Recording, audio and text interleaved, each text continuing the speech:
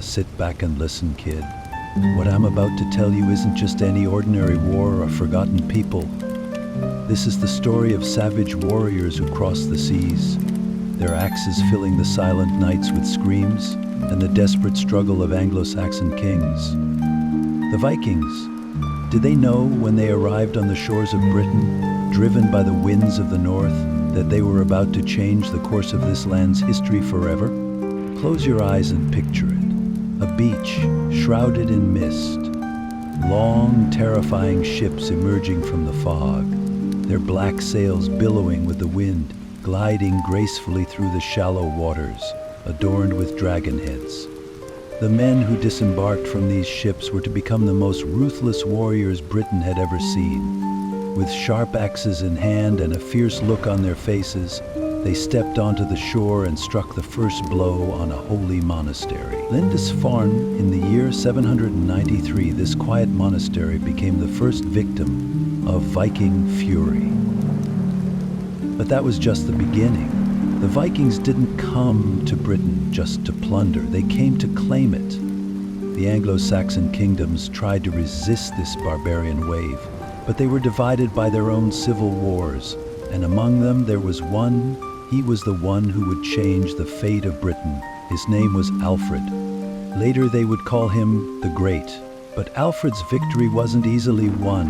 It would come with blood, pain, and a long struggle. Are you ready? Because as you hear the sharp sound of Viking axes, I'm about to start telling you about the great battle that would define Britain's fate. Close your eyes and imagine, my friend, the harsh, windswept lands of the far north. The rocky shores battered by waves, the vast forests ruled by brutal winters. This was the homeland of the Vikings. In what we now know as Norway, Sweden, and Denmark, survival itself was a battle. The land was tough, crops were scarce, and the winters were cruel enough to freeze the bones of a man. But this harsh world made the Vikings just as tough, brave, and warrior-like. A man in these lands had to farm, fish, and when necessary pick up his sword to survive. But over time, the population grew, food became scarce, and the land could no longer support everyone. There was only one way left for the sons of the north: set sail into the open seas and search for new opportunities. At first, the Vikings were traders. Embark, slaves, furs, and iron. They carried these goods across the trade routes to every corner of Europe. Viking traders could be found in the markets of the Frankish kingdoms, the glorious streets of Byzantium, and even the palaces of the Islamic world. But where there was trade, there were also opportunities. And for the Vikings, opportunity often came with steel and blood. Look to the west, my friend. Back then, Britain was a land divided between Anglo-Saxon kingdoms. Its rich monasteries, gold-covered sacred books, and defenseless villages made it a treasure trove waiting to be plundered. When the Northerners saw this, they no longer saw themselves as traders, but as raiders. They sharpened their axes, strengthened their ships, and sailed westward, daring the rough waves of the ocean. And so the Viking storm approached the shores of Britain, and once that wave hit, there would be no turning back. It was the year 793. The light winds of summer whispered that danger was approaching from the north, but the peaceful people of Britain didn't know it yet. In the cold, dark waters of the north, a savage shadow had emerged, long, slender, and deadly. The Viking longships, gliding like eagles through the waves, were approaching the shores of Britain. For them, this was just another raid. But for Britain, it would be the beginning of a nightmare. Lindisfarne, a peaceful and sacred place. On the northern shores of Britain, a monastery dedicated to the Lord. Founded by Saint Aidan, it had served as a center for worship and learning for centuries. The monks prayed, created illuminated manuscripts, and spent their days in tranquility. But on June 8th, 793, the silence of the monastery would be shattered by screams. At first, the longships appearing on the horizon looked as innocent as seagulls racing the wind. Perhaps the monks thought they were merely foreign traders seeking to do business. But the Vikings had come not as traders, but as warriors. They swiftly approached the shore, donned their shields, gripped their axes tightly, and as soon as they landed, they began to bring death. They smashed down doors, set sacred manuscripts on fire, and looted golden crosses. The monks, in tears, tried to flee, but few survived. Lindisfarne became the first victim of the Vikings' bloodlust that day. This raid wasn't just the looting of a monastery. For Britain, it was the end of an era and the beginning of a new and brutal one. The smoke rising from the walls of Lindisfarne signaled the collapse of not just a building, but a whole world. This attack sent a wave of fear throughout Europe. Priests, kings, dukes, all were horrified, because the Vikings had discovered Britain's weak spot. Its coasts were defenseless, and there was no one to stop them. After this raid, the kings anxiously looked north, realizing that now they understood the Vikings had come, and they had no intention of leaving.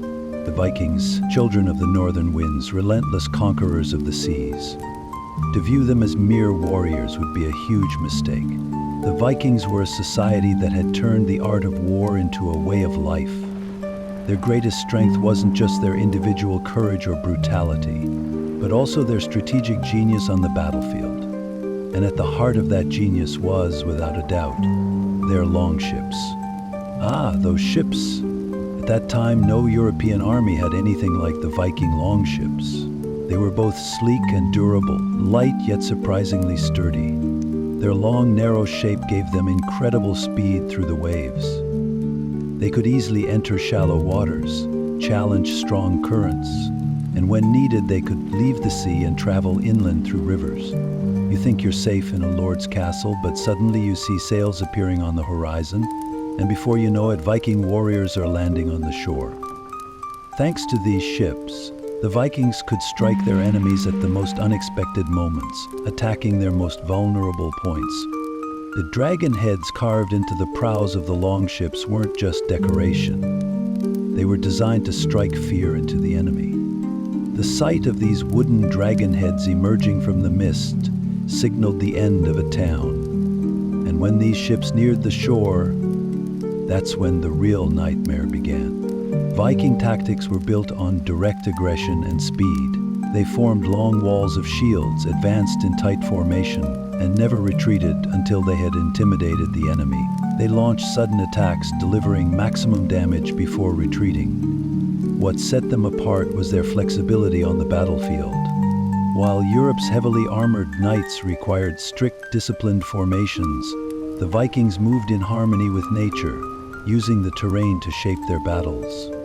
As for their weapons, their weapons were masterpieces, where craftsmanship and lethality came together. Their most common weapon was the two-handed battle axe, quick to swing and capable of crushing an enemy's shield, helmet, and even bones in a single blow. These axes became the feared symbol of Viking warriors. Swords were typically the weapons of the wealthier warriors, forged by master blacksmiths, renowned for their strength and sharpness. Spears were used for both close combat and throwing, perfect for breaking enemy lines. And of course, the shields. The Vikings' art of war would have been incomplete without their shields. With their large, round, and light shields, they could form a shield wall and fight like a mobile fortress. When the enemy tried to break through the shield wall, the Vikings would make quick counterattacks, catching them off guard. Speed, flexibility, fearlessness. It was hard to defeat the Vikings, even harder to resist them. Because they were not just warriors, they were the war itself. And with their longships, every time they returned to the shores of Britain, they wrote that truth in blood. The early 800s, the northern winds were blowing harder than ever against the shores of Britain. The Anglo-Saxon kingdoms were absorbed in their own internal struggles, with warlords fighting each other over small patches of land, while the threat coming from beyond the sea had not yet been fully understood. Years had passed since the Lindisfarne raid, but the terror was still fresh in people's minds. Monasteries, churches, and towns were all asking the same fearful question. Would the Vikings return? And return they did, with an even greater force and an even stronger hunger. Now, it wasn't just random raids. Larger, more organized assaults had begun. The Vikings were not coming in small groups, but in massive fleets, attacking the northern and eastern coasts of Britain. Their first targets were once again the monasteries and defenseless towns. These places were filled with valuable treasures, gold, embellished holy objects, and vulnerable people. Unfortunately, the Anglo-Saxon kingdoms were still unprepared for this threat. Coastal towns in kingdoms like East Anglia, Northumbria, and Mercia were being raided one after another. Especially East Anglia was the Vikings' favorite target, as the land was fertile, rivers stretched inland, and the shores allowed Viking longships to land easily. However, the Anglo-Saxon kingdoms were unable to mount a strong defense against these new attacks. Britain lacked a central authority. Each king ruled over his own small region, and rather than uniting against the Vikings, they were too busy fighting each other. While the king of Northumbria bickered with the king of Mercia, East Anglia was left to fend for itself. These fractured kingdoms were defenseless against the Vikings' organized attacks. The Vikings had realized this weakness and kept coming back with larger forces each time. Their raids weren't limited to coastal areas anymore. Using their longships, they began traveling up rivers, reaching deep into the heart of Britain. Rivers like the Thames and Humber became Viking highways. As they moved inland, they weren't just threatening rich towns, but the capitals of entire kingdoms. The Anglo-Saxon lords didn't know how to respond to this new enemy. Gathering their armies took time, while the Vikings would quickly strike, take their loot, and retreat. What's more, the Vikings were effective in battle. Unlike the battles the Anglo-Saxons were used to, which were based on strict formations, the Vikings employed a fast and flexible style of combat. The Anglo-Saxons thought their heavy infantry could stop the Vikings, but their enemies were much more agile. The Vikings attacked before their opponents could form their lines, breaking their ranks and throwing them into panic. For years, Britain felt the weight of the Viking assaults. From kings to peasants, everyone watched the horizon with fear, knowing that Viking sails could appear at any moment. Because the Vikings weren't just raiding and retreating, they were devastating the places they visited, only to return months later to raid again. Britain was no longer the same. If the Anglo-Saxon kingdoms couldn't deal with this new threat, the island's fate might fall into Viking hands, and that day was drawing nearer. 865. The year that would change the fate of Britain. The shores stretched endlessly under clouds driven by the northern winds, silent and still. But on the horizon, something was stirring. At first it appeared as a dark line, but it slowly took shape, revealing countless sailboats dancing with the waves, heading towards the eastern coast of Britain. This was no ordinary Viking raid. This was the largest invasion Britain had ever seen. History would remember this force as the Great Heathen Army. Its leaders were some of the most feared names in the Scandinavian world, the sons of Ragnar Lothbrok. Their father had been one of the greatest Viking warriors before his death on British soil. However, he had fallen into the hands of the Anglo-Saxons and met a horrible end. It was said that King Aelle of Northumbria captured Ragnar alive and threw him into a pit where he was killed by venomous snakes. But before Ragnar died, he had foretold that his sons would come for revenge. Now, the sons of Ragnar, Ivar the Boneless, Halfdan, and Ubbi, were stepping onto English soil, sworn to avenge their father's death.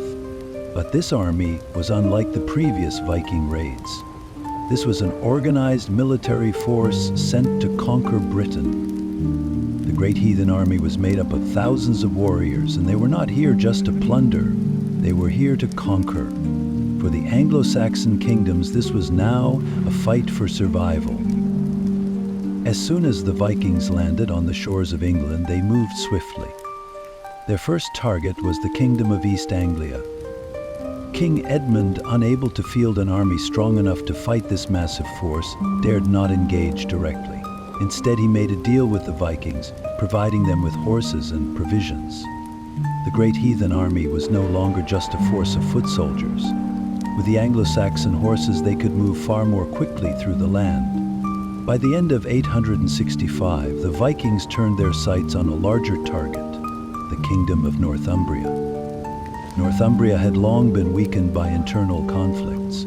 When King Aelle realized the Vikings were coming, it was already too late. In 866, the Vikings attacked the Northumbrian capital of York, then known as Eoforwic.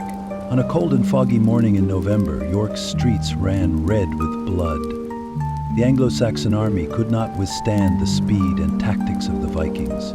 The city fell quickly and Ragnar's revenge was complete. King Aelle was captured and killed in the brutal Viking execution known as the Blood Eagle. The fall of Northumbria served as a terrifying warning to the other kingdoms of Britain. The Vikings weren't just raiding and leaving. They were staying and claiming the lands they conquered.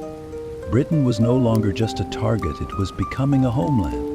The Great Heathen Army continued its conquests with unrelenting speed. Mercia and Wessex were next in line. The last great Anglo-Saxon leader standing against them was King Alfred of Wessex. However, this would turn into a battle that would last for years. With the arrival of the Great Heathen Army, the history of Britain would be forever changed. Britain would no longer be the Britain it once was. The Vikings were not just invaders, they were harbingers of a new order. But the Anglo-Saxons would not surrender. Ahead of them lay great battles that would determine the future of Britain. 866. The northern winds heralded the dawn of a new era for Britain. The Anglo-Saxon kingdoms had long been subjected to Viking raids, but now they faced a far greater and more organized threat. The Great Heathen Army was advancing towards northern Britain, and its target was clear: the heart of Northumbria, the rich and strategic city of York. York, or Eoforwic as it was known then, was one of the most important settlements in the north. A city surrounded by strong walls and situated at the crossroads of trade routes, it was not only the capital of Northumbria but a symbol of Anglo-Saxon power. However, the Kingdom of Northumbria had been weakened by years of internal strife. The power struggle between King Osbert and King Aelle had drained the kingdom, dividing the people. The Vikings had waited for the moment of weakness, and now they were moving in. In the autumn of 866, when the Vikings arrived before the walls of York, the Anglo-Saxons were caught off guard. The city's bells rang and the people fled in panic. The Viking battle tactics, compared to the usual Anglo-Saxon formations, were faster and more deadly. Warriors disembarked from their longships, advancing in a shield wall, while archers neutralized the defenders on the walls. The Vikings quickly identified the weak points in the fortifications, and by the morning of November 866, the gates of York were breached. Anglo-Saxon warriors fought desperately in the narrow streets, but Viking axes struck down everything in their path. In just a few hours, York had fallen completely. The Great Heathen Army was now entrenched here. The city was no longer just a site for plunder. It would become a new center for the Vikings. The fall of York marked the end of the civil war in Northumbria. King Osbert and King Aelle were forced to make a temporary truce to face the Viking threat. These two formerly feuding kings now had no choice but to unite against a common enemy.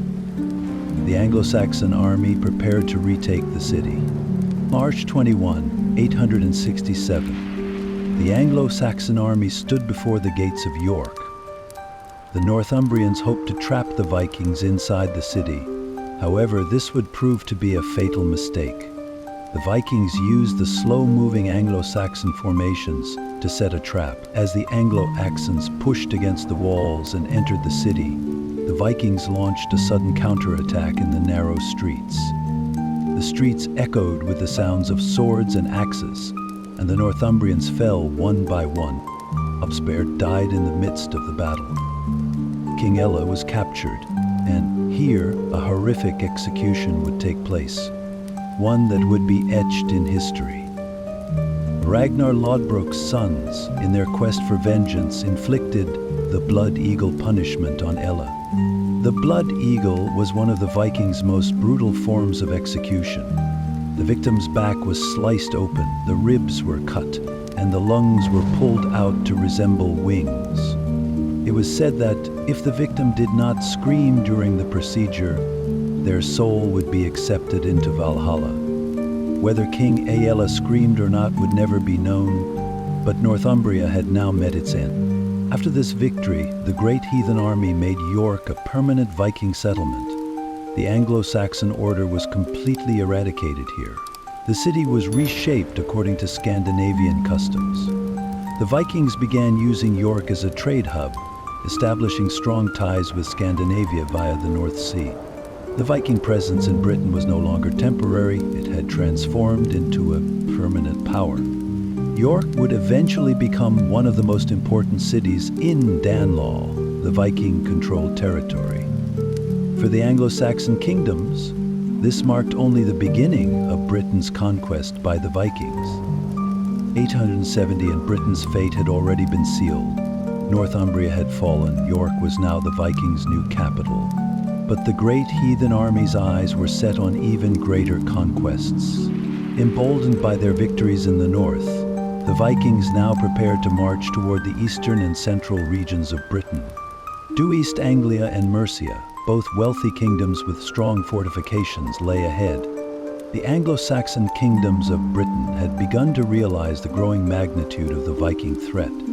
However, as in the past, they were unable to form a united front. Each kingdom had to defend its own fate alone. The Vikings knew how to exploit this weakness to their advantage. East Anglia, a kingdom famous for its vast plains and fertile lands in the east of England. For centuries it had been an important center of Anglo-Saxon culture.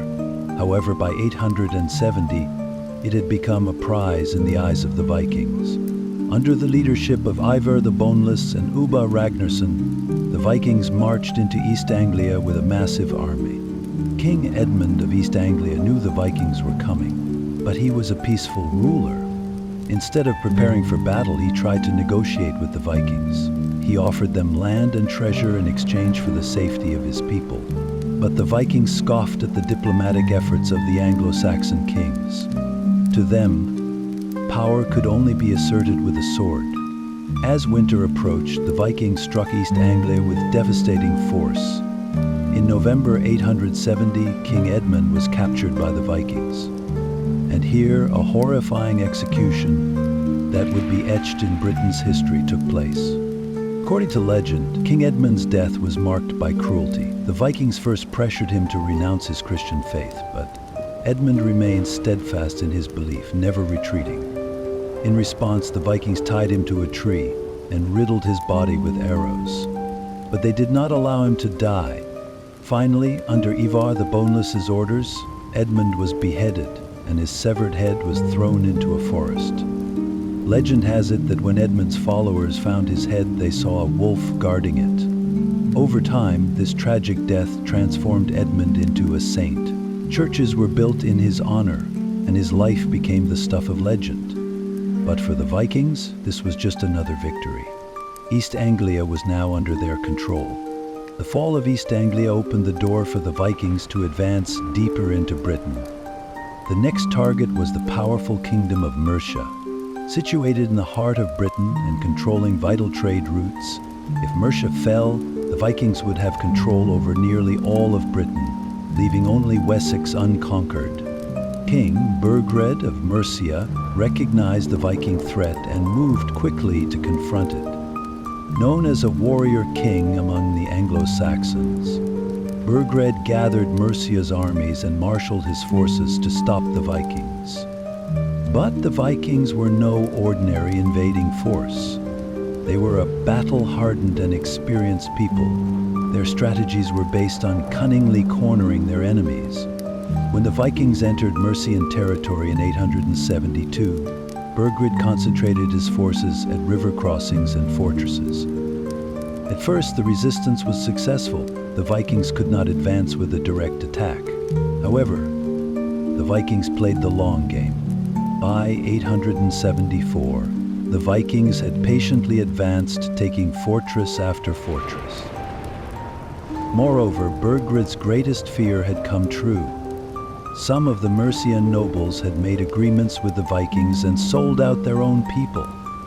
This hastened the collapse of the kingdom. Burgred was left with no choice.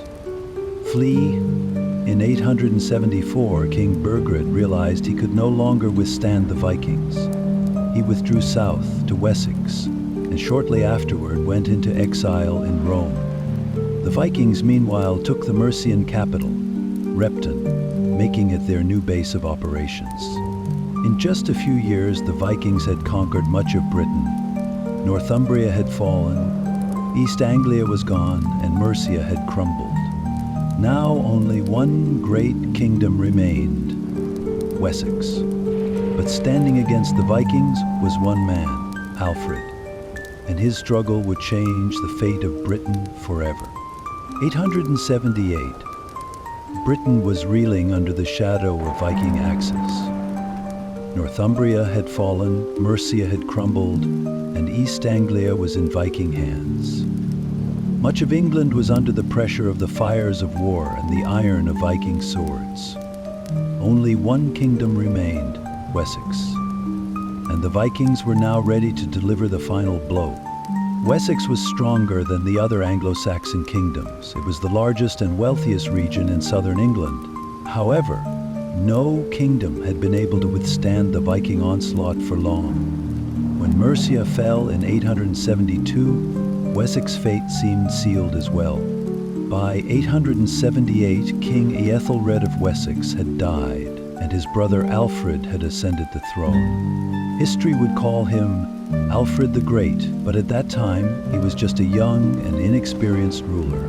The Vikings, on the other hand, were eager to march upon him. The leader of the Great Heathen Army, Guthrum, devised a massive attack to conquer Wessex. In January 878, the Vikings struck suddenly. Battles were rare in winter, but the Vikings had no such rules. Alfred and his army were caught off guard. The Vikings captured Wessex's key towns, one by one. The heart of the kingdom, Chippenham, had fallen. The Anglo-Saxon army was shattered. Alfred was forced to flee. His people believed their king had died. Would Wessex, like the other kingdoms, fall under Viking rule? But Alfred had not died. He retreated with a handful of men to the marshes. In the swampy terrain of Somerset, he found refuge in a small hideout at Athelney. Even the villagers living in the forests didn't recognize him. It was here that Alfred began to regain his strength.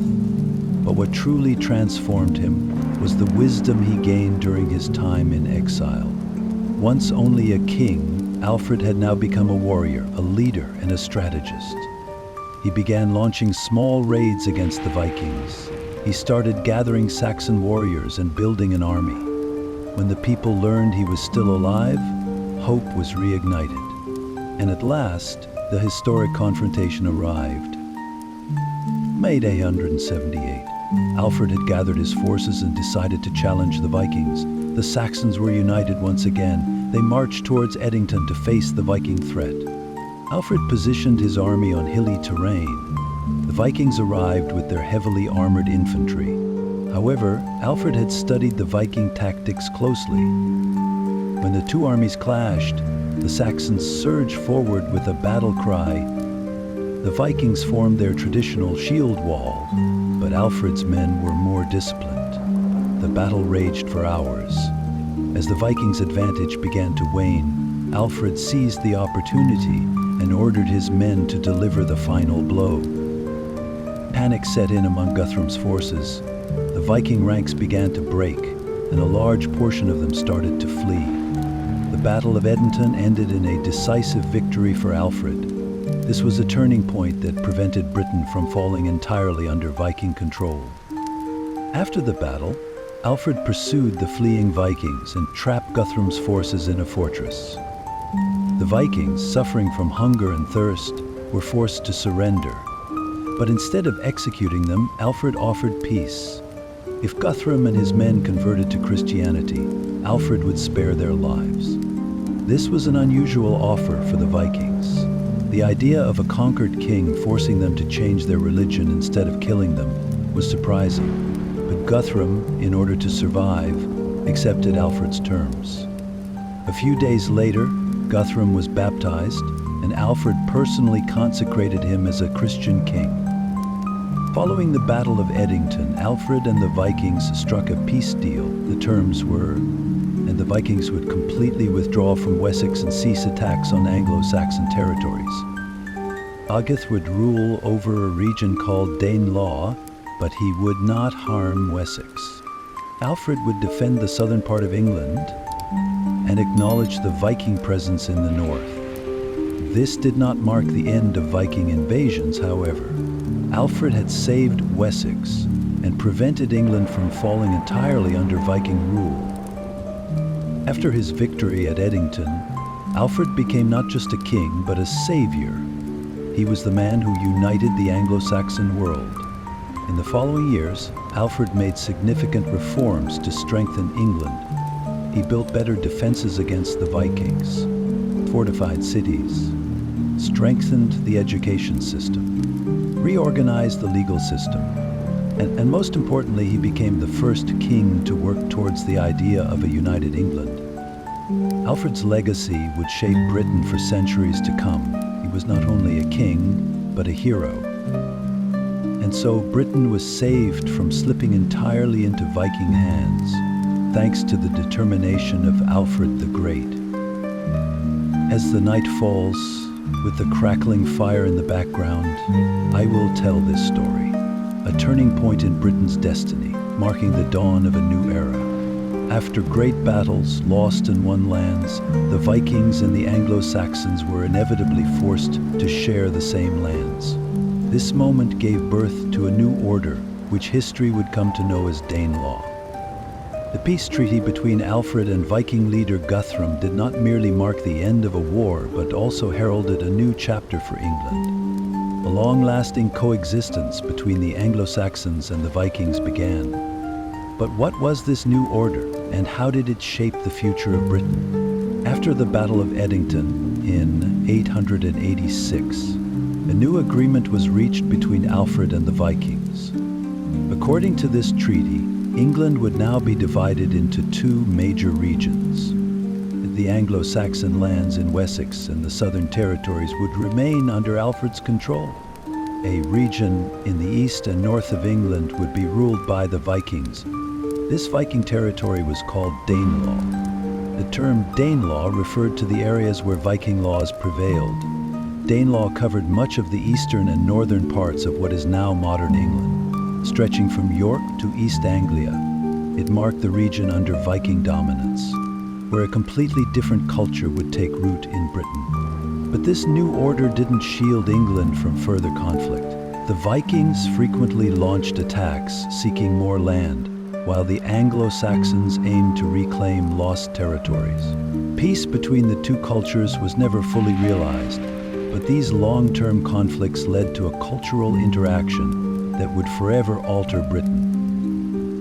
This period led to one of the most important events that shaped Britain's identity, the cultural exchange between the Vikings and the Anglo-Saxons. The Vikings did not come to Britain solely with swords.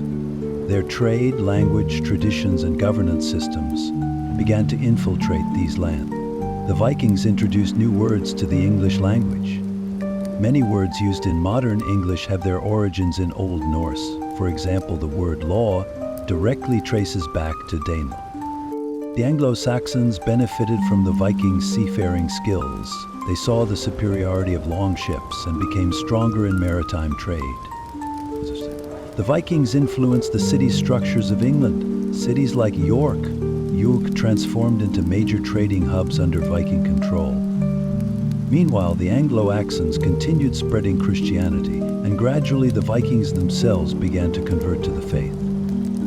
This blending of cultures laid the foundation for a new England. It was no longer a purely Anglo-Saxon Britain, nor was it a wholly Viking one. The two cultures had intertwined. So what did Alfred do after his great victory? For him, the war was far from over. While the Vikings had been defeated, they were not eradicated. Alfred knew that a king could not be content with winning just one battle. For a country to survive, greater plans had to be made. This is why Alfred was not only a warrior, but also a reformer. He created a system that would protect Britain in the long run. Alfred understood that he could not entirely stop Viking attacks. So he decided that the best way to defend was to build strong defensive lines. Thus, the borough system was established, fortresses and fortifications. The boroughs were strategically placed in key locations.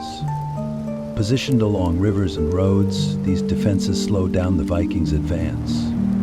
When attacks came, the people would seek refuge in these fortresses. As a result, the Vikings could no longer achieve easy victories. The borough system also strengthened trade and settlement. Over time, these fortresses evolved into cities, and England's first urban planning began here. Alfred didn't just build fortresses, he also strengthened his army. He professionalized the military, forming regular units, trained instead of relying solely on soldiers from the general population. He developed a navy, creating a fleet to counter the Vikings' maritime power. These actions made Alfred not just a military hero, but a statesman as well. When Alfred passed away in 899, he left behind not only the wars he had won, but also the system he had built. After his death, his sons and grandsons continued his legacy. A few generations later, King Aethelstan, a descendant of Alfred, united England in 927 and became the first King of England. Thus, it was Alfred the Great who laid the foundation for the England we know today. And so, Britain entered a period of peace and reconstruction under the shadow of Viking axes. Thanks to Alfred's genius, the Anglo-Saxons and the Vikings began to coexist in these lands.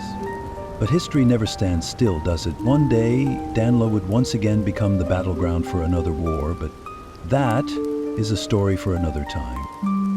Can you feel the warmth of the fire?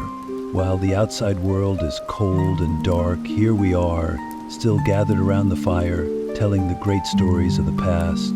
This time, however, we are going to talk about a time when the Vikings faced an enemy more powerful than any sword, a foe that could not be shattered by axes or defeated with ships: Christianity. For many years, the Vikings remained loyal to their gods, Odin, Thor, Freya. To a people who had grown with war and conquest, these gods gave them courage and strength. But times change, beliefs evolve, and sometimes the greatest battles are not fought on the battlefield, but in the hearts of people. At first, Christianity was not so much a new religion for the Vikings as it was a tool to strengthen the power of the Anglo-Saxons. The Anglo-Saxon kingdoms, through their faith, were becoming more organized, with churches uniting people and monasteries preserving knowledge and culture. But the fascinating part was this. Over time, the Vikings began to take an interest in this faith. At the beginning, it was a necessity. If you wanted to trade with Christian kingdoms, you had to respect their beliefs. But slowly, Christian missionaries began to have an effect on Viking communities. Christian priests preached in Viking lands, churches were built, and Christian captives spread the faith among the Vikings. Some Vikings even changed their names after converting to Christianity in hopes of being accepted more easily. These were small changes, but when added together, they led to a huge transformation. Unbeknownst to them, the Viking world was beginning to fall under the influence of Christianity. However, the real turning point came with the Viking king's adoption of Christianity. Remember, after the Battle of Edington, Viking leader Guthrum converted to Christianity as part of the agreement with Alfred. This marked the beginning of a significant change for the Vikings. By the 10th century, some Viking leaders in Denmark and Norway began accepting Christianity. King Harald Bluetooth Gormson of Denmark made Christianity the official religion. King Håkon of Norway, and later Olaf Tryggvason, worked to spread Christianity in their kingdoms. This brought about a great division among the Vikings. While some embraced the change, others resisted and rejected this new faith. But time was unforgiving for the old beliefs of the Vikings. The once powerful and fearless Vikings were now facing a danger they had never encountered before: time. As time passed, Viking raids became less successful. Why? Christianized Vikings were no longer as aggressive. Some had befriended monks and even began building churches. The Anglo-Saxon kingdoms were growing stronger, now with more organized armies and fortified cities to defend against Viking incursions. For the Vikings, raiding England no longer seemed as profitable. Where once there were monasteries full of gold and silver, now those regions were fortified and better defended. As a result, by the mid-10th century, Vikings began to lose their power in England. But it was a great king who finally put an end to their dominance. That king was Athelstan. You may not have heard his name, but he is known as the first true king of England. Who was Athelstan? He was Alfred's grandson, born to complete the work his grandfather had started. By 927, Athelstan launched a great war against the Vikings in England. One by one, he pushed them back, reclaiming much of England and uniting England for the first time under one crown. But his greatest trial came in 937, the Battle of Brunanburh. In 937, the Vikings and their allies launched one last great assault. The Irish Vikings, Scots, and Strathclyde Britons combined their forces. Athelstan gathered a large army to meet them at Brunanburh. This battle became one of the largest ever fought in Britain. After days of bloody conflict, Athelstan emerged victorious, solidifying England's unity. The Battle of Brunanburh is considered by historians to be the birth battle of England. If Athelstan had lost, perhaps England would never have been united under one kingdom. And so, the Vikings, who once terrorized Europe with their axes and shields, became part of history. But every rise has its fall. The spread of Christianity weakened the Viking warrior culture. The Anglo-Saxon kingdoms grew stronger. Through battles like Brunanburh, England repelled the Vikings. The Vikings did not vanish entirely, no. But they were no longer the feared seafaring warriors. They had become traders, allies with kingdoms, and a Christian society. Thus, the Viking Age gradually came to an end. But remember, their legacy, their names, and their stories still live on. Now, look at the last embers of the fire and carve this story into your mind, because at the end of every story, a new one is born. My friend, as the flames of the fire dance, let me tell you about the Vikings' final great trial on the stage of history. Because remember, great warriors never stop fighting. In the 9th and 10th centuries, the Vikings raided England, conquered lands, and even settled in them. But by the 11th century, one last great storm was about to break. This time we're not talking about Viking raiders coming in small groups. This time, under the leadership of a king, a massive invasion wave took place. That king's name was Sweyn Forkbeard. Sweyn Forkbeard.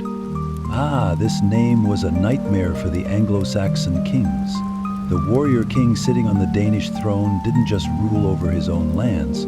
His eyes were set on a great prize, England. There were several reasons Sweyn attacked England. England's wealth was tempting the Danes. King Ethelred's weak leadership had left England defenseless. The English had stirred the flames of revenge by massacring the Danes in the St. Brice's Day massacre. So, at the turn of the 1000 Cess, Sweyn Forkbeard set sail with a massive Viking fleet to England. When the warriors set foot on the shore, the English's fears became real. The Vikings marched forward, burning Anglo-Saxon villages, laying siege to castles, and forcing them to surrender. And in the end, in 1013, Sweyn Forkbeard took the throne of England. Yes, you heard that right. England now had a Viking king. But fate, it seems, had other plans. Sweyn's victory didn't last long. Just a few months after taking the throne, he died. England's future became uncertain. Would the Vikings lose this throne? And then another great name came to the stage to take over his father's legacy. After Sweyn Forkbeard's death, the English breathed a sigh of relief for a moment. But this peace didn't last long. Sweyn's son, Canute, some call him Knut, was determined to fulfill his father's dream. Young, ambitious, and a skilled leader in battle, he was above all stubborn enough to never give up. In 1015, Canute returned to England with a great fleet. He then conquered Mercia. Finally, in 1016, London was besieged, and after the death of King Ethelred, his successor, Edmund Ironside, put up a last stand against Canute. And then came one of the turning points of history, the Battle of Ascendun. In 1016, Canute and Edmund Ironside's armies faced off at Ascendun. This would be the battle that determined the fate of England. After a bloody clash, Canute emerged victorious and became the true ruler of England. In 1017, he was crowned as King of England. But Canute's story wasn't just limited to England. He became an emperor who united the entire Viking world. He ruled England. He held the Danish throne. He conquered Norway. He controlled parts of Sweden. Thus, Viking rule in England reached its final and strongest point. But for the Vikings, this was a turning point. They were no longer raiders, but kings and rulers. So, my friend, that's the story of the Vikings' final great trial in England. What started with a few longships coming to the shores eventually reached its peak when the Vikings took the throne of England. But history never stops flowing, and for the Vikings, time was moving forward. After Canute's reign, the Vikings stopped showing their presence in the battlefields. Instead, they started making their mark in the palaces, playing politics. They put away their swords and wore crowns. And maybe the greatest lesson here is, every conqueror, sooner or later, returns to the lands they once conquered. Now, my friend, as the last embers of the fire fade, keep this story in mind. Because the Vikings weren't just warriors, they were also the greatest witnesses to a changing world. And who knows, maybe one day another people from the seas will rise, take the stage of history, and reshape the world. But that's another story. For now, farewell.